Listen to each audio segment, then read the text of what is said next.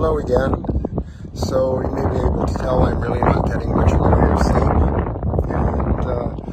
And this is not based on concern for my physical safety. It's mainly based on concern for the hostages who are in Gaza.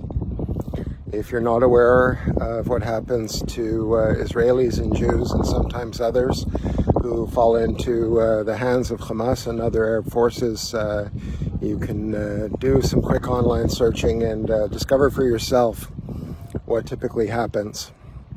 So obviously there's a lot of concern when we're talking about over 100 people who find themselves in situations that are indescribably bad. As for myself, I moved from the Red Sea yesterday to the Dead Sea today, and by nightfall tonight I expect to be in the Mediterranean Sea, where I'm going to be for the next 2 weeks.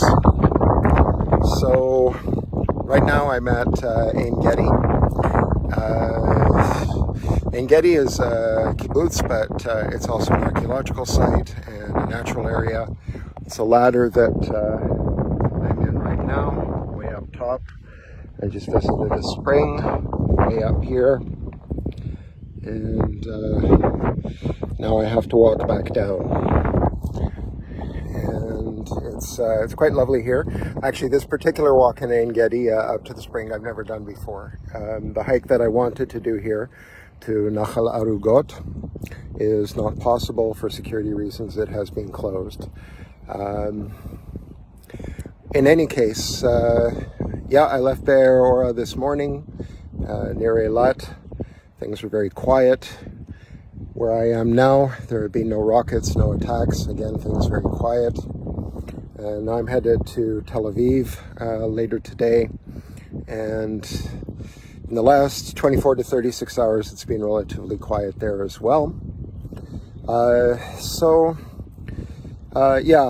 Things are about as okay as they can be at this point.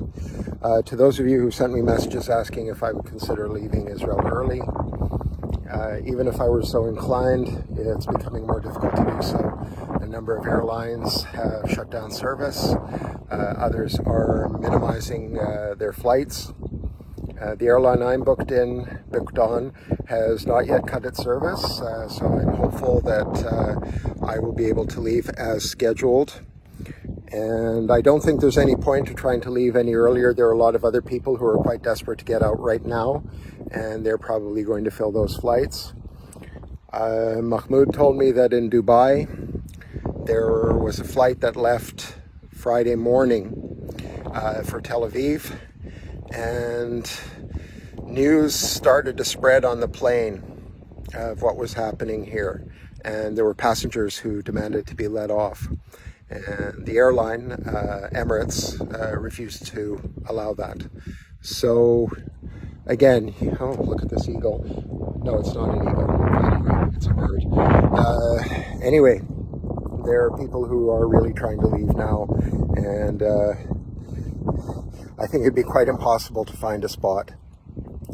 I took a dip in the Dead Sea earlier, afloat, and then as I was coming up here, along the southern coast, particularly, the sea level is very, very low, has been for years. There were still signs left from I don't know how long ago, warning, like right along the highway, warning people not to venture into the water, saying danger of drowning.